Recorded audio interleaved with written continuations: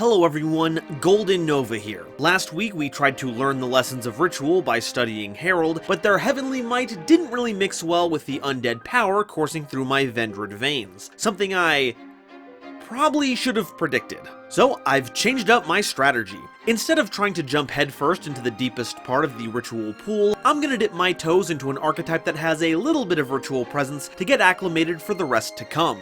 Relinquished, as well as the Eyes Restrict monsters. Relinquished was first set upon the world in the core set Magic and/or Spell Ruler all the way back in 2002, but I remember it from its appearance during the final battle against Pegasus in Duelist Kingdom, when Yugi tore down the facade of twisted innocence worn by the creator of Duel Monsters and his terrifying Toon monsters. All that was left was this eldritch avatar, a dark reflection of what Pegasus had become, a monster that used the Millennium Eye to steal what was most precious to others to fulfill his own desires. And unlike many other powerhouse anime hits, Relinquished actually sticks the landing in paper. Okay, it's never been out and out meta, but it's certainly not locked behind some unbelievable summon restriction or 6-card combo. In fact, with help from early ritual searchers like Senju and Sonic Bird, it was highly accessible. So you better believe that when Starter Deck Pegasus hit store shelves, I was kicking and screaming until my parents got it for me. Why am I admitting this on the internet? And with the help of a little update from the second legendary duelist set, Ancient Millennium, as well as some other small drops, Relinquished is no longer just a useful addition to ritual themes. It can be its own deck. So let's review the guest list of our exclusive island tournament, figure out just what makes our competitors tick, and keep our eyes peeled for synergistic opportunities. It's time to revel in Relinquished. But before we continue, I wanted to let you all know I'll be lending my voice to the Dragon Rider Championship Series 5 tournament on January 8th and 9th. I'll be providing color commentary alongside the host, YCS Extraordinaire, and Grand Maju Master, Yishan McNabb, along with other guests over the course of the event. For more details, check out Dragon Rider Games links in the description, because if you join in, there's the chance I'll pog out over your gameplay live. And while you're supporting Dragon Rider Games, you can also support me by clicking the like and subscribe buttons and joining my Discord, where you can hang out with other members of my community. Also, if you're watching this on day of release, make sure to go to twitch.tv/NoahYugioh. You'll recognize this Lifer Slacker as my co-host in Progression Polls, and on this Saturday, December 11th, he'll be launching his Rise from the Ashes debut event on Twitch. I'll be joining him along with other guests, including Dylan from Yu-Gi-Oh! Everything, and we'll be playing everything from Mario Superstars to a live episode of Progression Polls. You don't want to miss it. And if you're watching this on any other day, then still go to this link. Noah Jenk's really cool. Thank you all so much for watching, and now, back to the video. So, what's the deal with Relinquished? Well, despite their varied forms and names, they're all Dark Attribute Spellcaster type monsters, and if they aren't Relinquished or an Eyes Restrict monster, they're here to support the cause of vacuuming up your opponent's monsters. But before we get into the cards proper, I found out some wonderful trivia that I just had to share. See, like many older Yu-Gi-Oh cards, the translation didn't end up matching super well with their original Japanese name, thus causing some mix-ups in how future cards would function with them in regards to archetypes down the line. An example I'm sure you're all familiar with is Summoned Skull. It's an iconic name, so it can't be changed at this point, which is really awkward considering it's supposed to be part of the Archfiend line of cards. Now thankfully, modern reprints have a helpful little parentheses that states it's always treated as an Archfiend card, but for a while it wouldn't count for effects like Falling Down. Now thankfully, Relinquished hasn't really run into that issue yet. Everything that incorporates the card has been able to use its TCG name with no problem. And the translation isn't even that bad in my opinion. The original name is closer to Sacrifice, and having a monster named Sacrifice seems, well, it was the early 2000s, and parents were on the prowl for anything that could demonize gaming in general. Though, given early Yu-Gi-Oh! Art direction, they didn't have to try very hard. And you know, the name is fitting. To relinquish something is to give it up, so it's kind of like a sacrifice. And for all the essays I'd have to write during the course of my education, I was thankful for the $5 synonym. But it's when we start looking at its relationship to other cards that we start seeing just how many things would be related if we ever needed to search for relinquished cards. An easy one to point out is Relinquished Spider, which is actually part of the interesting but under-supported Spider archetype from 5Ds, but other cards that have sacrifice in their OCG names are Samsara Kaiser, Samsara Lotus, Sword of Dark Rites, and Byroad's Sacrifice, a card I'll only ever be able to mention again if for some reason you all want Cyber Ogre explained. Alright, got that out of my system, let's get back on track. Our first order of business is with our chief ritual monster, which means it's time for a prologue, Black Illusion Ritual. It's not different from any other ritual spells of its time. They hadn't gotten to the point where they realized the incredibly costly summon mechanic might need a few extra bells and whistles to even things out, but it's notable for how low the level requirement was. Monsters with 2,000 plus stat lines demanded levels in the 6 to 8 range, but Relinquished was better and cheaper, which was certainly something to raise a glass to. Hey, quick question, anyone else think that whatever that ready purpley orangey thing in the art is looks like it'd make a really refreshing drink? And the monster it's here to summon is Relinquished, a level 1 monster with 0 attack and defense. Once per turn, you can target a monster your opponent controls and equip it to Relinquished, maximum 1. Their attack and defense become equal to the equipped monsters, and if Relinquished would be destroyed by battle, you can destroy the equipped monster instead. And while equipped with a monster, any battle damage you take from battles involving this card is also inflicted on your opponent. Now, what I love about Relinquished is that it has layers. On the surface, it has a very satisfying effect. You get to take a monster away from your opponent and use it as your own, and if your opponent tries to run over Relinquished after that, it's gonna hurt them just as much as it's gonna hurt you. But here's something you might not know. Relinquished doesn't say it has to target a face-up monster for its effect, so while it might seem incredibly counterintuitive, you can equip a set monster your opponent controls to get it out of the way. And it doesn't flip the monster up either, so when checking for the stats you get, it's a big whopping 0. So if your opponent has any defense position monsters, you can smash Relinquished into them to damage both of you because it is still a battle, and then your opponent will still need to attack into them to finally get rid of the equipment. Well, unless they had effect removal, but that's besides the point. Relinquished is removal, burn, and an offensive powerhouse if it absorbs the right monster, an abomination that leeches off the hard work and skills of others and would be nothing without their labor. A fitting monster to show the true nature of Pegasus and his fellow capitalists. But that's not even its final form. When fused with Thousand Eyes Idol, the physical embodiment of the urge to name-check yourself on Twitter, they become Thousand Eyes Restrict, a level 1 fusion monster that also has 0 attack and defense. They can also absorb an opponent's monster to take on their stats once per turn, holding a maximum of 1 monster. But it doesn't have the same kind of damage reflection ability, though it can still destroy the equipped monster to protect itself from battle destruction. However, that lost effect is replaced by another ability that keeps every other monster on the field from attacking or changing their battle position. So even if it has no monsters equipped to them, as long as their effect is live, you don't have to worry about it getting run over. So you can just take your opponent's strongest monster and slowly chip away at their field. Heck, it isn't even restricted to decks that run Relinquished. Back when it was legal, people loved using Metamorphosis to turn scapegoat tokens into this many-eyed monstrosity, and even recently has been a neat option to summon off of instant fusion to steal an opponent's monster, then link it away before it blows up, and so you don't have to deal with the attack halting effect. However, the maintenance cost of this card is staggeringly high. A lot of the eyes have to wear contacts, and some of them need medicated eye drops. Taking care of this abomination takes like an entire afternoon. That makes up the classic Relinquished collection. Now it's time to cover the modern support, and I love their take on it, retraining older monsters used by Pegasus. While actually using these older cards might be the ideal if you're looking to put together a Pegasus-themed deck to play with your friends, doing this lets you play with monsters that look and feel like the original, but have effects that are relevant to how the game is played today. And it's a trend you can still see the developers doing with the new Mako Tsunami cards. First is Illusionist Faceless Magician, a retrain of Illusionist Faceless Mage. Both are level 5 monsters with 1200 attack and 2200 defense, and if any number of face-up eyes restrict fusion monsters or relinquished you control are destroyed by battle or card effect, you can special summon Illusionist Faceless Magician from your grave if it was there when that monster was destroyed, or from your hand even if it wasn't. And if this card is sent from the field to the grave, you can target an eyes restrict fusion monster or relinquished in your grave and special summon them. So this effectively creates a relinquished loop. If they're destroyed, Magician comes back. If Magician goes to the grave, a Relinquished monster comes back.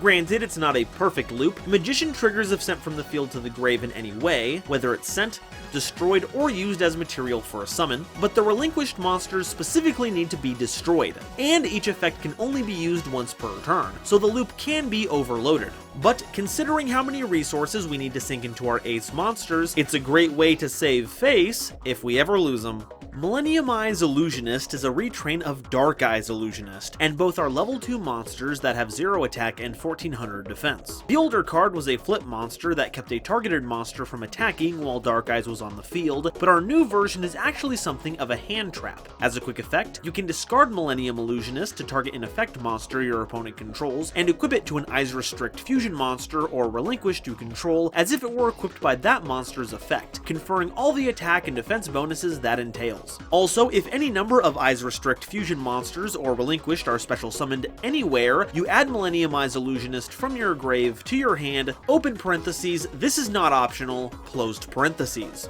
Wow, I guess it really wants you to get that card advantage, huh? This slots in very nicely with Illusionist Faceless Magician, as it facilitates the special summoning of those monsters, so you'll always have a Millennium Illusionist to suck up a monster with. But be careful! Relinquished and Thousand Eyes Restrict can only have a single monster equipped to them via their own effect at a time. And since Illusionist here uses the effect as per the monster, we still have to obey that restriction. Which might make it seem redundant since they already do that for free, but there are a lot of circumstances where your opponent will get rid of the equip on their turn, so where they'd otherwise be completely vulnerable, Illusionist can swoop in and absorb a monster for your Relinquished at quick effect speed. And anytime you revive any of them, you'll have one in your hand to pull that trick off again. It almost makes you forget that it's looking right at you.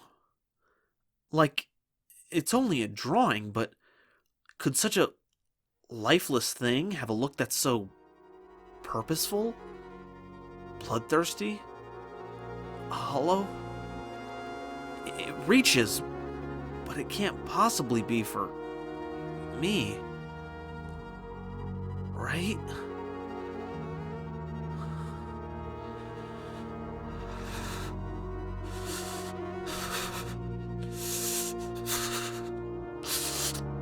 Hey, GoldenEye's idol looks pretty dopey. They're a retrain of this depressing avatar of surveillance culture, both of which are level 1 with 0 attack and defense. This version can, once per turn as a quick effect, look at your opponent's hand, and also this card's name becomes Thousand Eyes Idol until the end phase, presumably to help with fusion summoning. If banished or sent to the grave by a card effect, you can target an effect monster your opponent controls and equip it to an Eyes Restrict or Relinquished monster you control that can't be normal summoned, a very important change of wording for future cards. While equipped by this effect, the Eyes Restrict or Relinquished it's equipped to gains attack equal to the attack of the equipped monster. Now, another important thing is, unlike Millennium Eyes Illusionist, is that Golden Eyes does not equip the monster per the Relinquished's effect. Rather, it adds the attack boost effect by itself. It doesn't provide a defense one, but since only super heavy samurai players care about defense, it shouldn't be an issue. This means your Relinquished monsters are free to scoop up another one, since this effect doesn't count towards its total, which is doubly good since the effect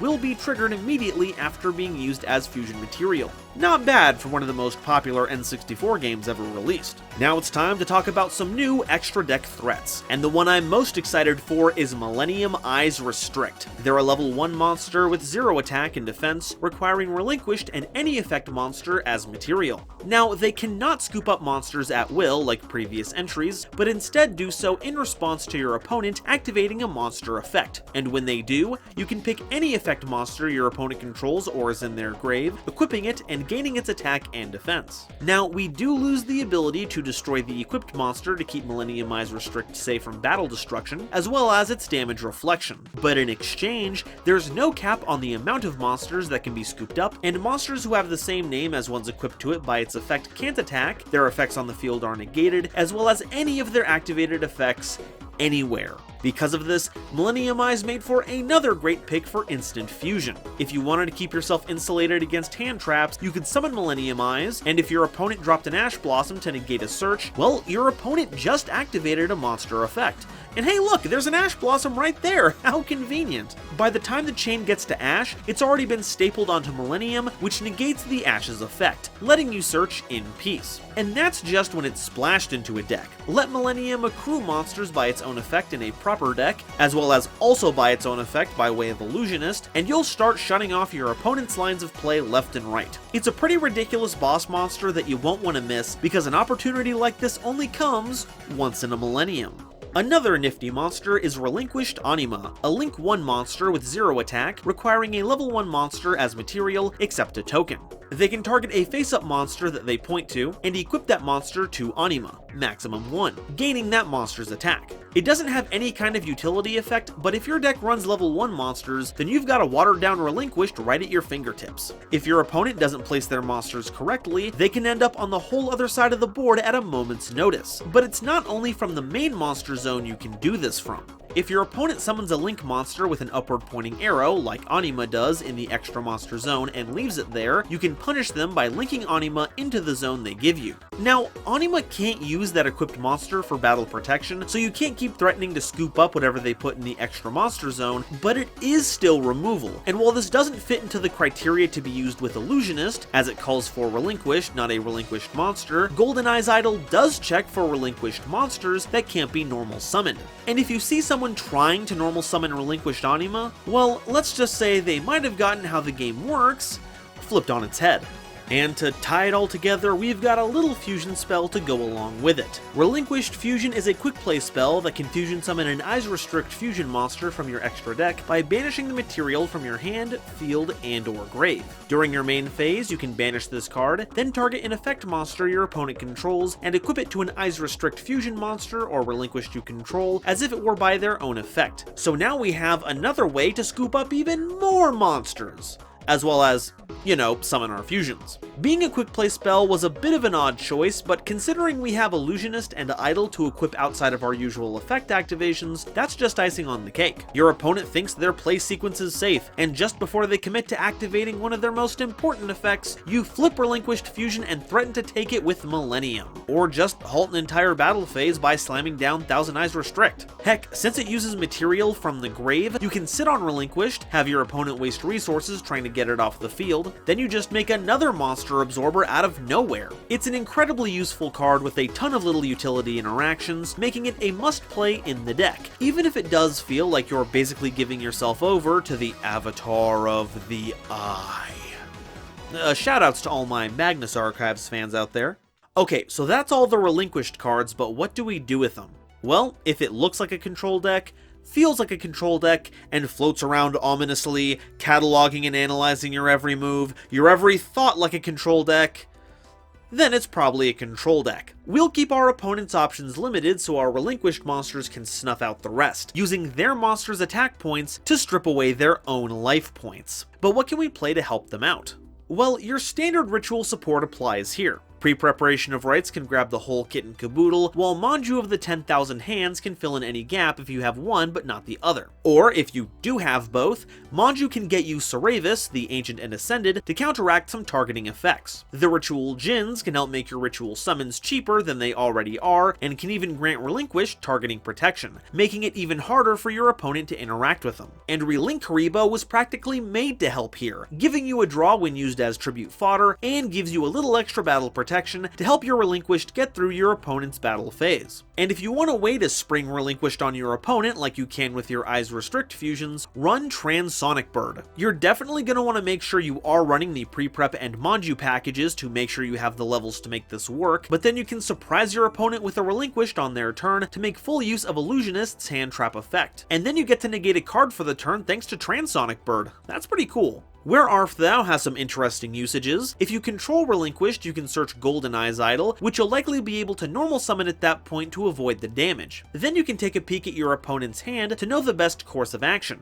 And if you have Relinquished Fusion, then you've got all the material you need right there for one of your fusions. And speaking of which, This might seem a little obvious, but I feel like I should still include it. Verte Anaconda is pretty good here. Since the second fusion material for Millennium Eyes is any effect monster, you can use Verte as one of the material, so they don't become an express lane that your opponent's monsters can take right to your face. And that very same reason means super polymerization becomes a way to remove any effect monster your opponent has, provided you still have Relinquished on board. But what if our opponent already has a bunch of monsters on field, but getting them scooped up is going to be a problem? Whether they can't be targeted by our card effects or are going to negate those effects? Well, let me introduce you to your new best friends, Kaijus. If your opponent's sitting on something big and difficult to out, let's pick an example completely at random, Dragoon, you can just polymorph it into one of your big chungers, then scoop it right up, since it'll basically just be a vanilla. And not only does that mean you can continue to use any other Kaijus in your hand, whether to summon onto your side of the field or to get rid of another monster your opponent controls, it makes Anima less situational.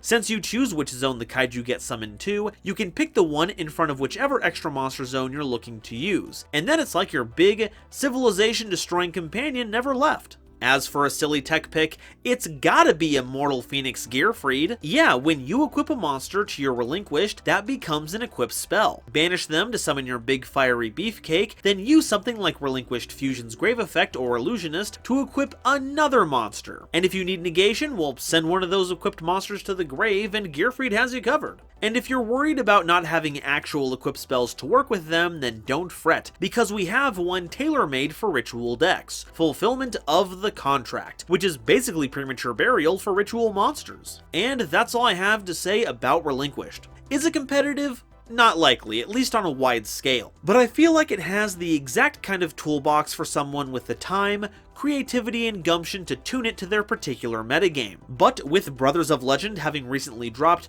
make sure to keep a lookout for errant Karibo players. I've seen a swarm of what those little critters can do to a well-oiled Thousand Eyes Restrict. But now, I want to hear what you all have to say. Do you agree that Relinquished has its eyes on the prize? Or are they not equipped to handle what comes their way? Let me know in the comments, and if you found this video to be helpful or fun, it would do me a world of good if you shared this with someone you know that likes Yu-Gi-Oh! Now, if you'll excuse me, I need to go find out what other archetypes can help build up my ritual power. Today's episode was brought to you by my lovely patrons, including this month's illustrious Quasar Commander, Genesis Yu-Gi-Oh!, Nebula Navigators, Adam Zajdel, Benjamin Meisner, Blake Talberth, Eric, Gloomba331, Howling Zangetsu, John Manji, Maven, Panther J, Shooting Star 3300, The Wizard Moose and the Fresh Prince of Conair, Cosmic Crusaders, Bear Sharktopus Studios, Jazz Ghost, Colin Todd, George Schaefer, and the legendary Raven, as well as the wonderful Starlight Explorers you see on screen now. If you'd like to be a part of these credits, as well as help me in my journey to cover all of Yu-Gi-Oh's archetypes, please check out my YouTube membership or Patreon links in the description to see if I have anything you'd like on offer. And if you'd like to see more of Pegasus's signature monsters, check out this video I did covering tunes. And if you want to see two Yu-Gi tubers going at it, check out Noah Jenkinai's latest series, Progression Polls, where your voice shapes the format. Thank you all so much for watching, and I'll see you next time. Bye-bye.